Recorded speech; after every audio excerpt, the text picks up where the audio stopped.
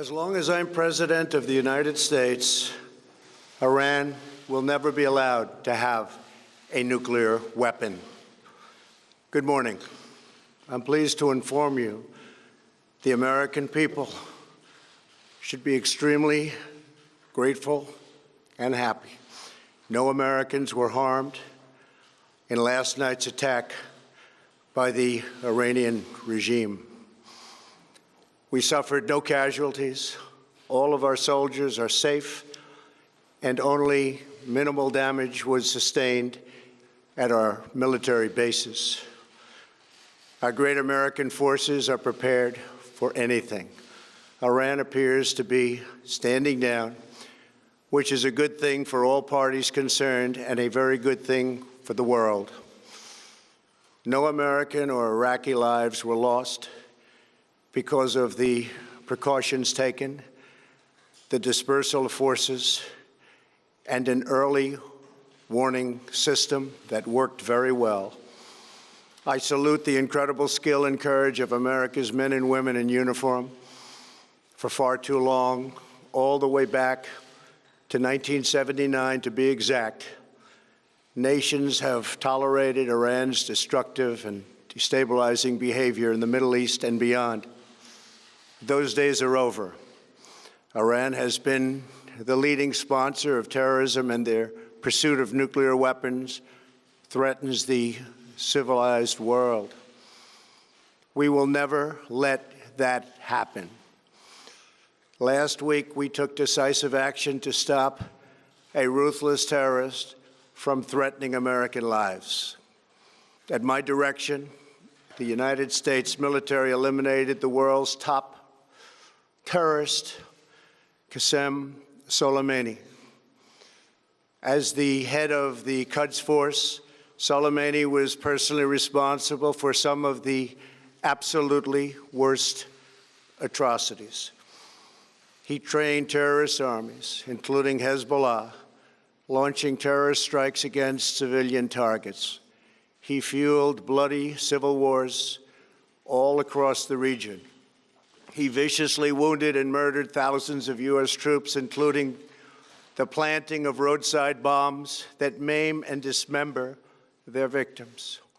Soleimani directed the recent attacks on U.S. personnel in Iraq that badly wounded 4 service members and killed 1 American, and he orchestrated the violent assault on the U.S. Embassy in Baghdad.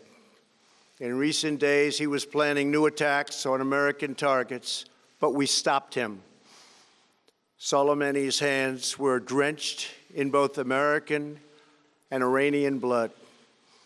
He should have been terminated long ago.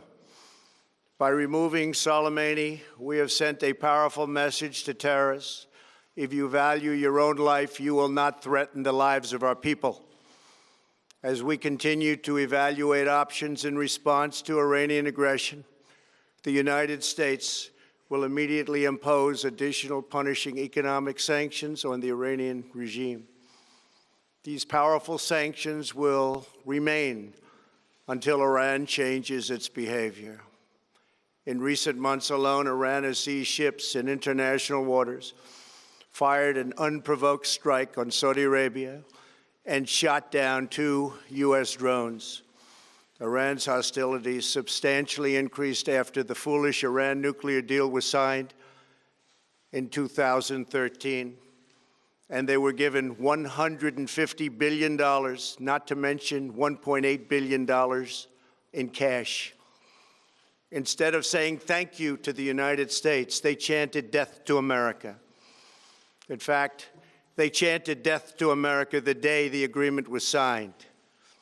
Then Iran went on a terror spree, funded by the money from the deal, and created hell in Yemen, Syria, Lebanon, Afghanistan, and Iraq.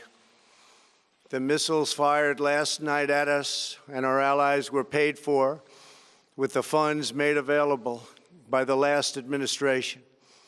The regime also greatly tightened the reins on their own country, even recently killing 1,500 people at the many protests that are taking place all throughout Iran. The very defective JCPOA expires shortly anyway and gives Iran a clear and quick path to nuclear breakout. Iran must abandon its nuclear ambitions and end its support for terrorism.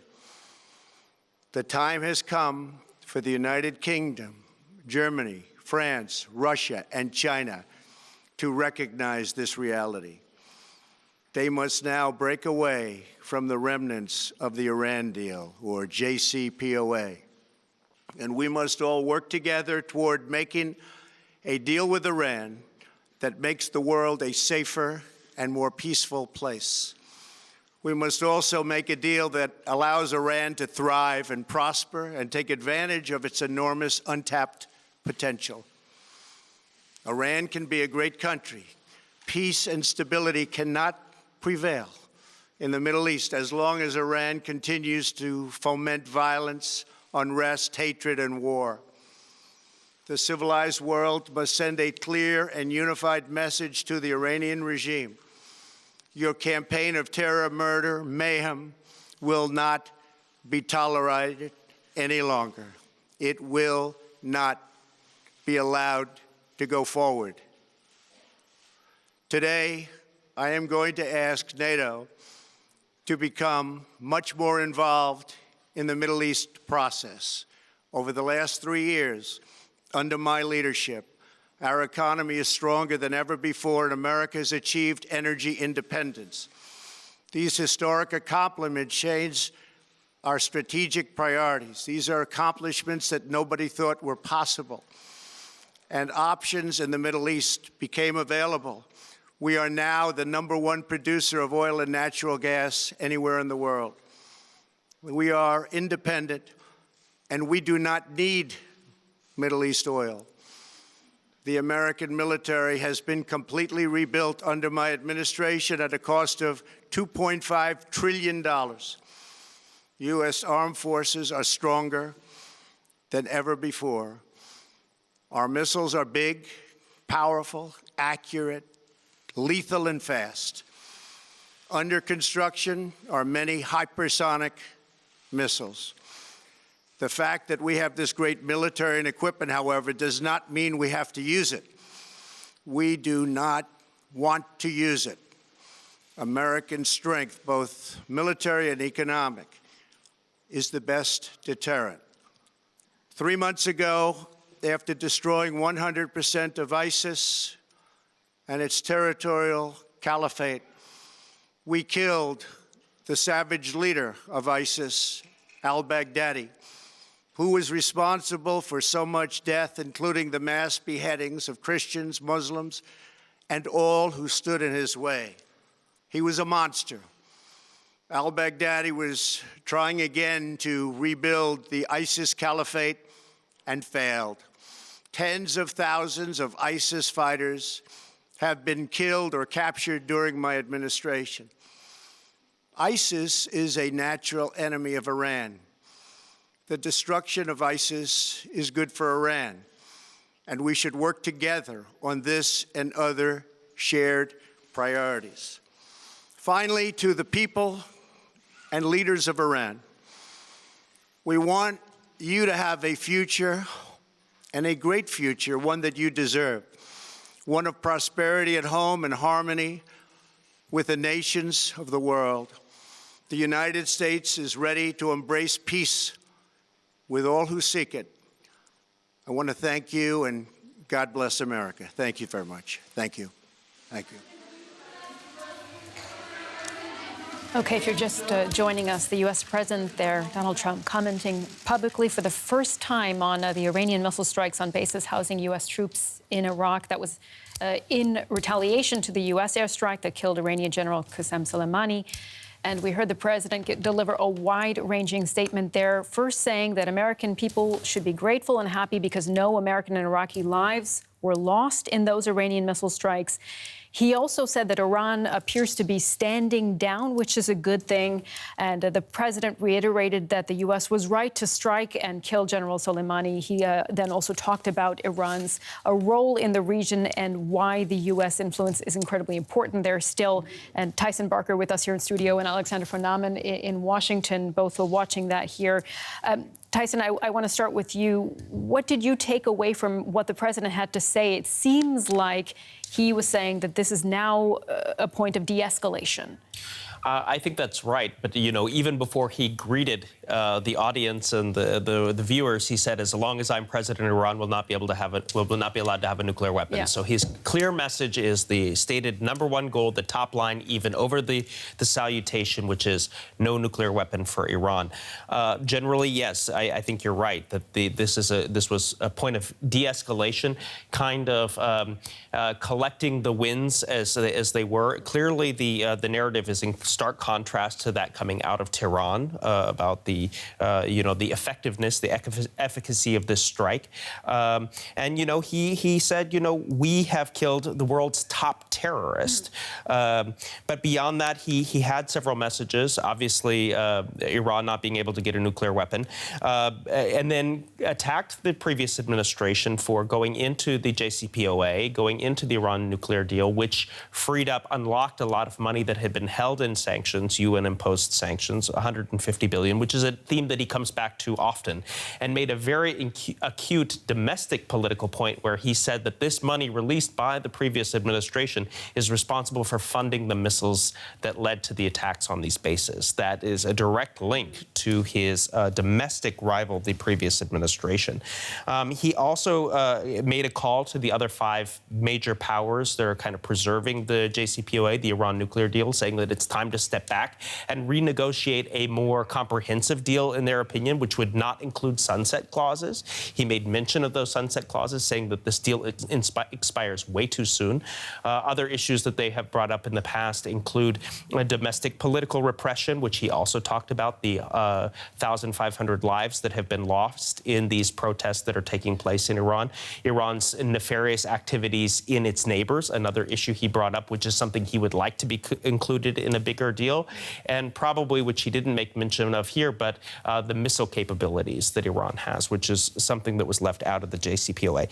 He also made a call that NATO needs to become much more active in the Middle East, and that was, he didn't really give any specifics on that, but that is going to be a topic of great conversation here in Europe, obviously.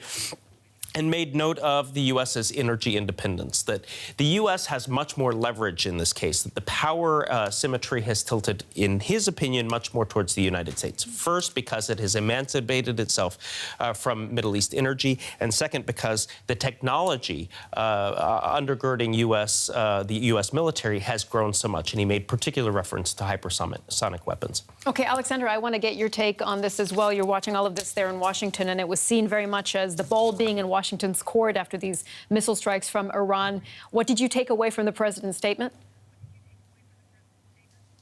Well, I would say that he used his opportunity to give diplomacy a chance when he was talking about the U.S. Ready to embrace peace, that they would like to have talks with Iran. But he also used this statement to present himself as a strong commander-in-chief who is acting in a very measured way. And that is actually something that his critics maybe were not expecting.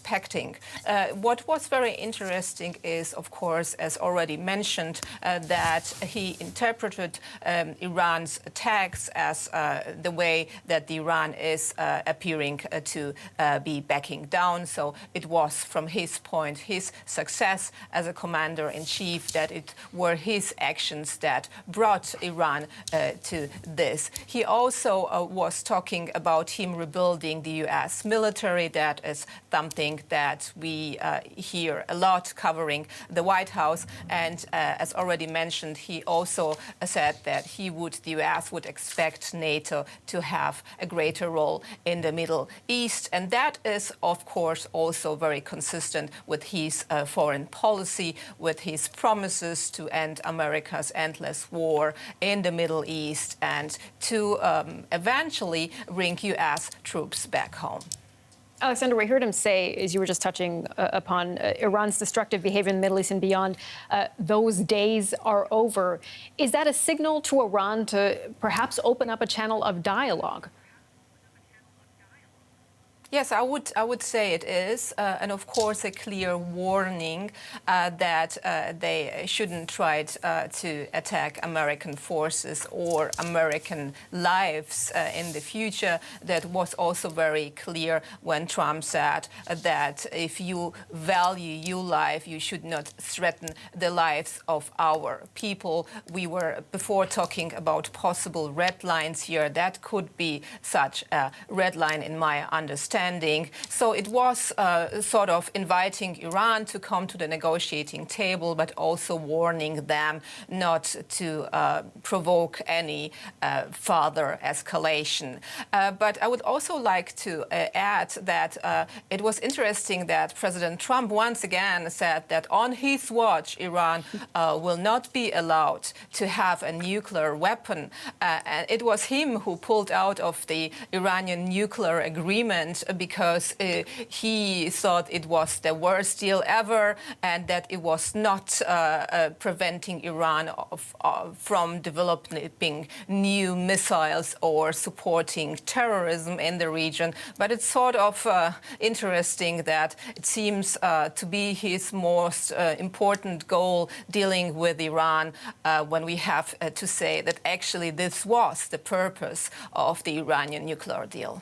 Yeah, that's an important point there, Alexandra. And Tyson, coming back to you, we also heard the president talk about the importance of U.S. presence in the region in extinguishing the threat of ISIS as well. Does that tell us anything about the president's intentions, whether to keep U.S. troops there or not? Well, he spent a long portion of the speech talking about his successes in battling ISIS, including the assassination of al-Baghdadi. What has been noted, obviously, as a result of this, just in the past week and more broadly, given U.S. troop withdrawals from northern Syria, is that it seems that ISIS might have gained ground in the near term because, the U.S. has ceded a lot of territory in Syria, and then as a result of the destabilizing issues around this attack on Soleimani. So, and how this attack directly links to continuing to make sure that ISIS is extinguished is hard to see. The other thing that he noted in his speech, in a kind of gesture of some reconciliation, let's say, is that the United States and Iran share the goal of extinguishing ISIS, that ISIS is a common enemy, and actually operationally on the ground, they have been acting as such. Now, of course, in other proxy theaters, they have been at conflict, but at least as regards to ISIS and kind of rooting out ISIS in Iraq and Syria, they have been working together over recent years. So giving this acute new tension and the death of Soleimani, it's hard to see how you get back to that kind of detente in that one theater, the anti-ISIS theater. Alexandra, I want to come back to you because we did hear the president again justify the imminent need to carry out that strike that did kill General Soleimani. And he said his hands were drenched in Iranian and American blood, and he was planning an imminent attack. That seems to be a huge source of controversy there in the U.S., also here in Europe. And Tyson, we'll get your thoughts on it in just a moment. But, I mean, is there really proof that an attack was imminent? Not yet, I have to say. So we know that the full House and the Senate are going to be briefed today on the matter. But so far, the Trump administration didn't provide any evidence that there was an imminent threat. They did provide quite contradictory statements. What was expected, what kind of imminent threat that could have been, with some officials saying that it was an attack on American facilities, other saying that the targets were American diplomats and American U.S. military in the region. So far, we really don't know what was the nature of this imminent threat that was posed by Soleimani's planning and why he was in Baghdad. What we know, what Secretary of State Pompeo told us during a press briefing is that the U.S. doesn't think that it was true that he was on a sort of diplomacy mission trying to give diplomacy a chance dealing with Saudi Arabia. Tyson, questions being asked about that here in Europe as well, whether there really was a need for this strike on Soleimani now. Right. I mean, I think that this is the forensics of why this strike occurred are something that's going to continue to play out, not just here, but in the United States. I mean, both allies and Congress, as the kind of in its role as oversight, giving oversight to the executive branch, need to have some kind of credible evidence to come out and message to the publics more broadly that this attack was justified. And I think in Congress, as has been mentioned, that the administration did not brief in advance of the attack on Soleimani. They did send notification after the fact in accordance with the War Powers Act. Nancy Pelosi had a briefing from Mike Pence, and then there are going to be more briefings to come. But before the attack on these two bases, the Democratic-controlled House was planning on introducing legislation to basically clip the wings, or attempt to clip the wings, of the administration's ability to act against Iran. The attacks on the two bases kind of slowed the momentum on that. But I think that there are still a lot of questions about why now, what is the justification, where's the proportionality, and if your justification, which they've kind of moved away from, was an imminent attack, then there needs to be evidence, at least supporting that can be given in a classified setting, if not made public. Questions that we might get some more information on in the coming days and weeks. For people just joining us, the president has just commented publicly for the first time on the Iranian missile strikes on bases housing U.S. troops in Iraq, and that came in response to the U.S. airstrike killing the Iranian General Qassem Soleimani. And we heard the president say that he confirmed that there were no American or Iraqi lives that have been lost in these Iranian missile strikes. And he said Iran appears to be standing down, which is a good thing. Tyson and Alexander will come back to you in just a moment. But for now, let's get some perspective from Tehran. We can speak to journalist Reza Kasta, who is in Tehran and has been following this story for us. Reza is joining us now. There he is. Hi, Reza. We've heard the president say that there were no casualties. And earlier we heard Iran say that 80 Americans had been killed. What is the response that you're seeing there now? Well, Iran has been insisting that 80 people have been killed, despite the U.S. and Iraqi officials' claims. But no matter there have been casualties there, this attack itself was significant. It was an attack on a U.S. base or an Iraqi base hosting U.S. troops. And it was, according to Iran's defense minister, the first attack on a U.S. Base and U.S. troops since the Second World War. So it was a symbolic move made by Iran, even if there have been no casualties as claimed by President Donald Trump. But I believe even if there have been no casualties as claimed by the U.S., Iran has shown that it could kill American troops, but it is offering actually an olive branch to the U.S. And the Trump administration must embrace Iran's message of peace, actually, that we could kill you, but we intentionally decided not to. The speech made by the U.S. president did not suggest it. Yeah, Reza, we heard the U.S. president say that Iran appears to be standing down here, and that is a good thing. So where do you think things go from here? From now on, we should first expect the Iraqis' response, which is separate from Iran, as mentioned by Iraqi PMU today. And then we are going to have the U.S. troops leaving the Iraqi territory, which is a great victory for the Islamic Republic, even more important than incurring casualties on the U.S. troops. Even if there is no casualty, this is a victory that Iran's leader today called the ultimate revenge. kicking the U.S. out of the Iraqi territory, at least, even if not the entire region. At the same time, Reza, we did hear the U.S. president indicate that the U.S. would continue to impose very powerful sanctions against Iran. He also referred to Iran's destructive and nefarious behavior in the region. How impactful could those sanctions and that dialogue, that rhetoric be going forward? Well, of course, the sanctions are hurting the Iranian nation, but that's exactly what I was referring to. Iran is offering the olive branch to Trump, and Trump, again, threatens to impose further sanctions on the Islamic Republic. That's not the way to build peace or trust with another country. This was a great chance and opportunity for the U.S. president to start or resume dialogue with the Islamic Republic. I guess that was not enough. The comments made by the U.S. president, the threats were more evident in his comments. All right, journalist Reza Qassem speaking to us there with the reactions and the latest there from Tehran. Thank you so much. My pleasure.